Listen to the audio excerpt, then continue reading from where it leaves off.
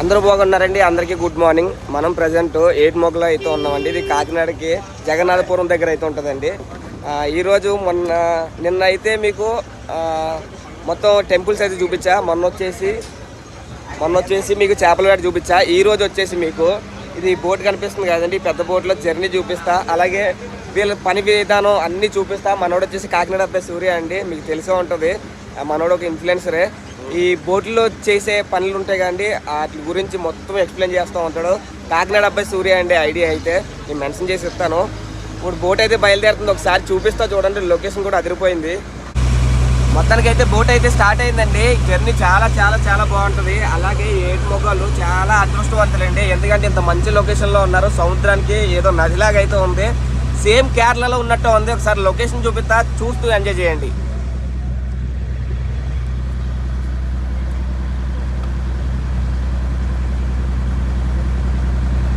ఇప్పుడు మనం బోట్ లోపల ఎలాగుంది, వీళ్ళు డ్రైవింగ్ ఎలా చేస్తారో మొత్తం చూపిస్తా రండి.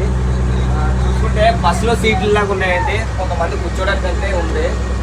అన్న వచ్చేసి డ్రైవింగ్ చేస్తున్నాడు ఒక అన్న, దాని స్టీరింగ్ కానీ అన్నీ చూపిస్తా ఒకసారి. డ్రైవర్ ఇదేనండి, అన్న అయితే డ్రైవింగ్ చేస్తున్నాడు. ఒక చక్రం లాగా ఉండి మనం ఫస్ట్ టైం చూడటం, మన సబ్స్క్రైబర్లు కూడా మరి వేరే వీడియోలో చూడొచ్చు, కానీ ఫస్ట్ టైము ఇది. నిజంగా ఈ బోటు చాలా బాగుందండి, ఎందుకంటే ఎవరైనా వచ్చినా ఫ్రంట్ కూర్చోడానికి, బ్యాక్ కూర్చోడానికి, లోపల క్యాబిన్లో కూడా కూర్చోడానికి, ఎప్పుడన్నా ఇబ్బందిగా ఉంటే పడుకోవడానికి కూడా ఉంది. చాలా అంటే చాలా నచ్చింది. మనం ఎక్కబోయేది ఇప్పుడు అదేనండి, అందులోనే లోడ్లు గట్ట వస్తాయి. ఆ లోడ్లు గట్ట వీళ్ళు పని చేస్తారన్నమాట. ఇటు చూసుకుంటే మొత్తం చెట్లతో కూడుకొని ఉంది. చాలా చాలా చాలా బాగుందండి నిజంగా. ఇప్పుడు ఈ అన్నయ్యనండి మనల్ని తీసుకొచ్చింది. ఇప్పుడు ఇవి ఉన్నాయి కదండి, ఐరన్ తాళ్ళు అయితే లాగడానికి అయితే వచ్చాం. మరి వీళ్ళ పని విధానం కూడా ఎలా ఉంటుందో చూద్దాం. మనతో పాటు కొంతమంది వచ్చారు కదండి, వాళ్ళైతే సీలోకి అయితే వెళ్తున్నారు, సముద్రం లోపలికి. వాళ్ళందరూ సముద్రం లోపలికి వెళ్ళి రైస్ గట్ట ఉంటుంది కదండి, రైస్ గట్ట సప్లై అవి తీసుకొని వస్తారు అన్నమాట. కానీ బాజీలు ఎక్కినాము అయితే చూడండి, ప్రతి బాజీలు ఎక్కినాము. బాజీ కొంచెం దూరం ఉన్న వాళ్ళకి నేటి దాని మీద చూపుతున్నాను చూడండి. ఇవన్నీ చూసుకుంటే బియ్యం అండి, మొత్తం ప్యాక్ చేసి ఉన్నాయి. అన్న అయితే ఏదో లాగడానికి అయితే వెళ్తున్నారంటే ఏంటన్నది చూద్దాం మనం. చూస్తున్నారు మా ఐరన్ బాజీ కదా, ఈ లోన లోడ్ అయితే వేస్తుంది. మా ఐరన్ బాజీ అయితే పైదాం ఖాళీ అయితే ఉంది. దీని అయితే ఇప్పుడు ఆ పక్కకి అయితే మేము అయితే తీసుకెళ్ళి ఆ బాజీని అయితే ఇక్కడ తీసుకురావాలి. అప్పుడైతే మరి రైస్ అయితే లోడ్ చేయడానికి అవుతుంది. ఇప్పుడైతే మేము చాలా తక్కువ మంది వచ్చాము లోడ్ చేయడానికి, అదే మా బాజీ కట్టడానికి. చూడండి, అదిగో నేను ఇంకా మా తాత ముగ్గురు అయితే వచ్చాము. ఇప్పుడు అది ఎలా కడుతున్నా వేయడానికి చూపిస్తాము. మా కోసం అయితే ఒక బోర్డు కూడా వచ్చింది, అక్కడ ఉంది చూడండి. ఇదైతే లోడ్ అయిపోయిందండి. వీళ్ళు ఇప్పుడు వచ్చిన దేనికోసం అంటే, దీన్ని అవతల వైపు పెట్టి, అవతల వైపు ఉన్నది ఖాళీ అంటండి, దాన్ని యువతల వైపు తెచ్చుకుంటారు. వీటిని అటు ఇటు తారుమారు చేయడానికి ఆ బోట్ అయితే వచ్చిందండి. ఆ బోట్ ఇప్పుడు ఇటు లాగి దీన్ని అటు లాగుతుంది. నిజంగా వీళ్ళ పనులకి యాక్సెప్ట్ చెప్పాలండి. పెద్ద పెద్ద తాళ్ళతో వీళ్ళు ఇప్పుడు ఇంత పెద్ద చిప్పుని అటు సైడ్కి పంపించడం అంటే చాలా గ్రేటు. ఈ కట్టిన తాళ్ళు లైన్ని ఇప్పుడు వీళ్ళు అయితే లాగుతున్నారండి. మనోడు లాగుతున్నాడు చూడండి. తాళ్ళు లోపల పడిచేసిన తర్వాత మిగతా పని అంతా వాళ్ళు అయితే చూసుకుంటారు. అయితే తోళ్ళు లాక్కుంటే చూస్తారా, ఆ బోర్డు తెస్తామట. ఈ ఐరన్ బాజీ లాగాలంటే కంప్లీట్ బోర్డు కావాలి మాకు.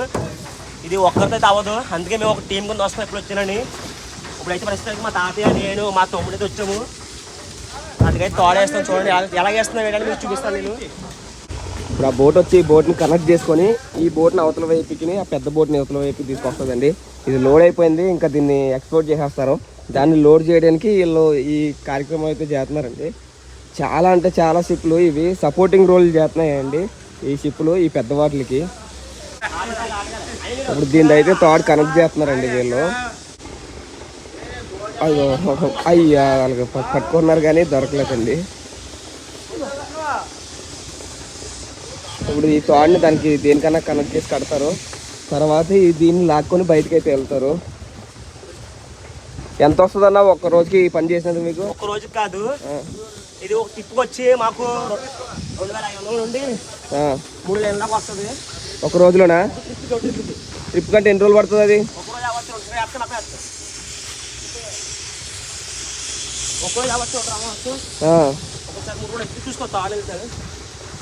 ఒకటి కావచ్చు, 3 రోజులు అవ్వచ్చు, 4 రోజులు అవ్వచ్చు. అదంటే ఒకసారి లోడ్ వేసుకున్న తర్వాత అప్పచెప్పేదాకా బాధ్యత మాత్రం మాదే. ఇదేనండి ఇక్కడ ఇది పని విధానం. మనకి జాలర్లు అయితే చూసాం వాళ్ళ కష్టాలన్నీ. అలాగే ఇక్కడ ఈ బోట్లు ఈ లోడ్లు చేసే ఉంటారు కదండి, ఈ ట్రాన్స్పోర్టేషన్ వాళ్ళు పనులు మాట. ఇది బోట్ అయితే ఇప్పుడు లాగుతున్నారండి. అలాగే ఈ బోట్ని తీసుకెళ్ళి అవతల పెట్టేస్తారు. చూడండి తాడు ద్వారా అయితే లాగుతున్నారు. ఆ తాడు సైజు కూడా చాలా అంటే చాలా పెద్దగా ఉంటుంది. మొత్తానికి అయితే లాగేసారండి దీన్ని. ఇప్పుడు ఆ పెద్ద బోట్ని అయితే ఇక్కడ పెడతారు. దీన్ని అయితే ఈజీగా తాడుతో లాగేస్తున్నారండి. లాగేసి దీన్ని ఇక్కడ సెట్ చేసి దాన్ని మిడిల్లోకి అయితే పెట్టేసుకొని తర్వాత దీంతో పని అయితే కానిచ్చుకుంటారు. పని ఇప్పుడైతే తాళ్ళు కట్టేస్తారండి. ఇంకా ఇటు సైడ్ అటు సైడ్ మార్పు అయితే జరిగిపోయింది. మళ్ళీ వీళ్ళు 9 గంటలకు వచ్చి ఇందులో లోడ్ అయితే తీయడం జరుగుతుందండి. లోడ్ ఎక్కడం కానీ లోడ్ తీయడం కానీ అలా జరుగుతుంది. ఇప్పుడు ఆ లోడ్లు ఉన్నాయి కదండి, వాటిని బాజీలు అంటారు, ఐరన్ బాజీలు. ఆ తయారు విధానం వచ్చేసి స్టార్టింగ్లో ఎలాగ ఉంటుందండి. ఇది వచ్చేసి 1000 టన్నుల దాకా అయితే పడతాయంట. లోపల బియ్యం కానీ మైదా కానీ ఇంకా అన్ని ట్రాన్స్పోర్టేషన్ ఈ లోపల జరుగుతాయి. ఇది పూర్తి అయ్యేసరికి ఇలాగ వస్తుందండి. ఎంత పెద్దగా ఉందంటే అంత పెద్దగా ఉంది. ఈ ట్రాన్స్పోర్టేషన్కి బాగా యూజ్ చేస్తారు. వీటినే ఐరన్ బాజీలు అయితే అంటారు. ఇంకా అక్కడ చూసుకుంటే ఇంకా పెద్దగా ఉందండి. అదేంటని అది అంటే ఫ్లాట్ అంటే ఎక్కువ బిజ్జులు కట్టడానికి, ఇంకా ఏంటంటే ఏమన్నా పెద్ద పెద్ద సామాన్లు తీసుకెళ్ళడానికి, అంటే కొంచెం షిప్లు అంటే రెగ్యులర్ అయ్యి సీలో ఉంటాయి బాగానే, తీసుకెళ్ళడానికి బాగా యూజ్ చేస్తారు మేడం. ఇది వచ్చేసి కాకినాడలో జగన్నాథగిరి బ్రిడ్జ్ అండి. ఇది వచ్చి మన తెలుగు వాళ్ళు కట్టించింది. మనకి అటు సైడ్ ఒక బ్రిడ్జ్ ఉంటుంది, అది వచ్చే వాళ్ళకి అండి, ఇది వెళ్ళే వాళ్ళకి 1 వేలో ఉంటాయండి. అది వచ్చేసి బ్రిటిష్ వాళ్ళు కట్టించింది.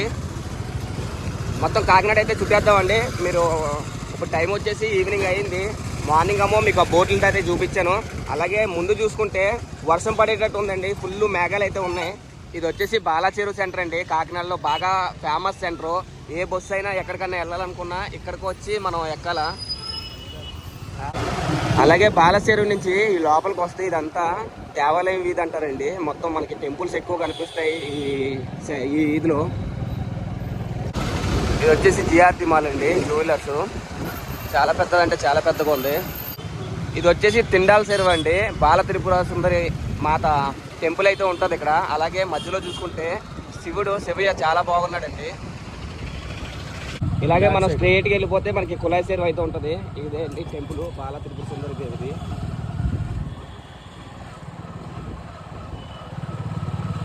ఈ రైట్ సైడ్ ఏమో మనకి శివయ్య కనిపిస్తున్నారు. మనకి శివయ్య బ్యాక్ సైడ్ అయితే ఉన్నాం.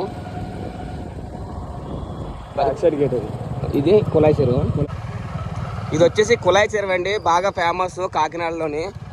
Back side gate. మనం ఫ్రంట్కి కూడా వెళ్దాం. ఈ లెఫ్ట్ సైడ్లో అన్న క్యాంటీన్ కూడా ఉంది. ఇక్కడ కులాయి చెరువు కాడే. ఈ కాకినాడ సిటీ వైజాగ్ ఎక్కడికి తక్కువ అవ్వదండి. ఎందుకంటే కాకినాడ కూడా స్మార్ట్ సిటీ అండి. చాలా అంటే చాలా బాగుంటాయి రోడ్లు.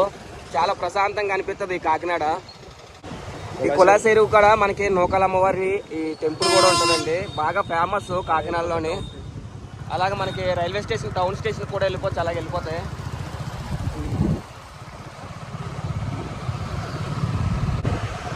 ఇది వచ్చేసి స్టేడియం అండి కులాయి చెరువులో, స్టేట్ బోర్డ్ స్టేడియము. అలాగే ఎంట్రన్స్ ఇలాగ ఉంది ఇక్కడ కులాయి చెరువుకి వెళ్ళడానికి. లోపల మొత్తం చుట్టేంపులు పార్క్ టైప్ ఉంటుంది. ఇది మెయిన్ ఎంట్రన్స్ అండి మనకి కులాయి చెరువుకి. వివేకానంద పార్క్ కూడా ఉంది లోపల. రాజా ట్యాంకు. కాకినాడలో వాటర్ సప్లై మొత్తం ఈ చెరువు దగ్గర నుంచి వెళ్ళడం వల్ల దీన్ని కులాయి చెరువు అని కూడా అంటారండి.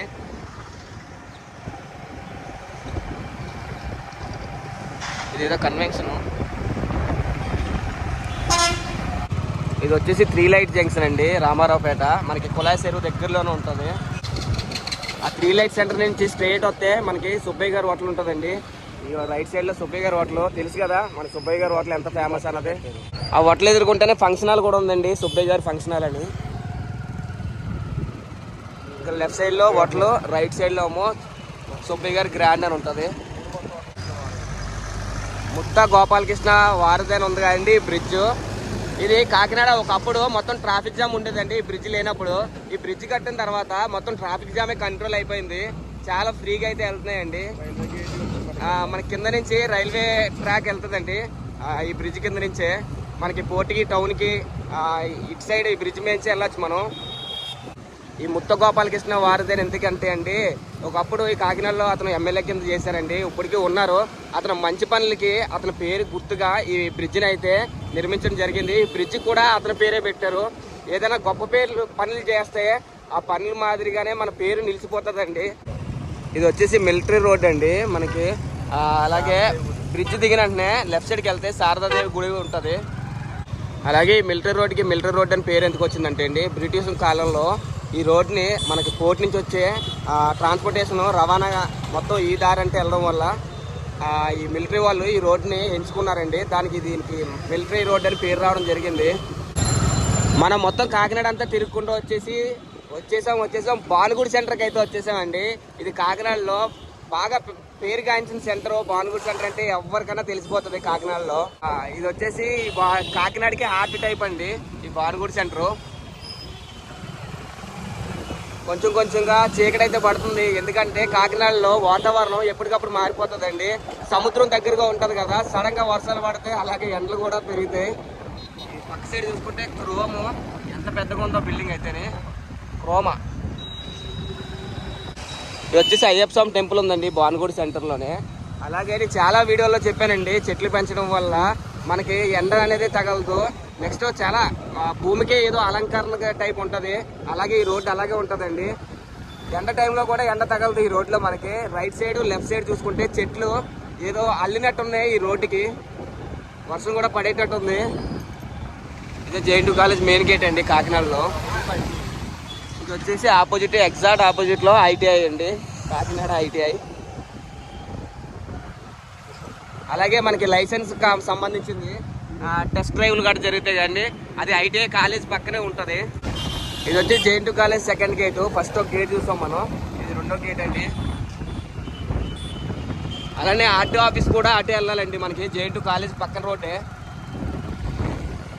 మన కాకినాడలో బాగా వినిపించే ఇంకొక సెంటర్ ఏమైనా ఉంటే సర్పవరం జంక్షన్ అండి. మనకి ఇలా లెఫ్ట్కి వెళ్ళిపోతే సర్పవరం విలేజ్కి అయితే వెళ్ళిపోతాం. ఇలా స్ట్రైట్కి వెళ్ళిపోతే మనకు పిఠాపురం రోడ్, ఇది పిఠాపురం వెళ్ళిపోవచ్చండి. మనకి పిఠాపురం గాలికి ఎమ్మెల్యే గారి ఇల్లు కూడా ఇటు నుంచి ఇలా స్ట్రైట్ వెళ్ళిపోవచ్చు మనం. కాకినాడలో బాగా అట్రాక్షన్ ఏదన్నా ఉంటే మనకి ఎస్ఆర్ఎంటీ మాల్ అండి. ఈ లెఫ్ట్ సైడ్లో చూసుకుంటే ఎస్ఆర్ఎంటీ మాలే. ఇది చాలా అంటే చాలా పెద్దగా ఉంటుంది. మనకి అన్ని బ్రాండ్లు అయితే ఇక్కడ ఉంటాయండి. ఇది ఎంట్రన్స్ అక్కడ చిప్పర్ నుంచి ఇక్కడ వరకు అయితే ఉంది. ఎంట్రన్స్ కూడా అదిరిపోయింది నిజంగా, హైదరాబాద్కి మించిపోయి ఉంది ఇది. లోపలికి మనకి నాగమల్లి తోట నుంచి ఈ జేఎన్టీ కాకినాడ స్టేడియం కాడ మనకి ఫుడ్ స్ట్రీట్ అయితే ఉంటుందండి. ఎప్పుడన్నా ఈ వీడియో చూసిన వాళ్ళు కాకినాడలో ఈ ఫుడ్ స్ట్రీట్ కాడికి వచ్చి ట్రై చేయండి. ట్రై చేసిన వాళ్ళు ఉంటే కంపల్సరీ కామెంట్ అయితే చేయండి. ఇదంతా ఫుడ్ స్ట్రీట్ లెఫ్ట్ సైడ్లో. ఈ JNT college back side road అండి, చాలా బాగుంటుంది. కాకినాడలోనే క్లాస్ ఏరియా అంటే ఇంకా ఇదే. డీమార్ట్కి అయితే వచ్చామండి మనం సాక్సులు తీసుకోవడానికి. మొత్తం 2 డీమార్ట్లు. ఇది పాత డీమార్ట్, కొత్త డీమార్ట్ వచ్చేసి మనకి జగన్నాథగిరిలో అయితే ఉంటుంది. మనకి సాక్సెస్ లేవండి, సాక్సెస్ తీసుకోవడానికి అయితే వచ్చాం. బయట అయితే వర్షం పడుతుందండి. మరి కాకినాడలో ఇది కూడా ఫేమస్ చికెన్ సూప్ అండి. ఎంత ఇది అమౌంట్ క్యాష్ ఎంత? 30 రూపాయల. తక్కువకే చికెన్ సూప్ దొరుకుతుంది 30 రూపాయలకే.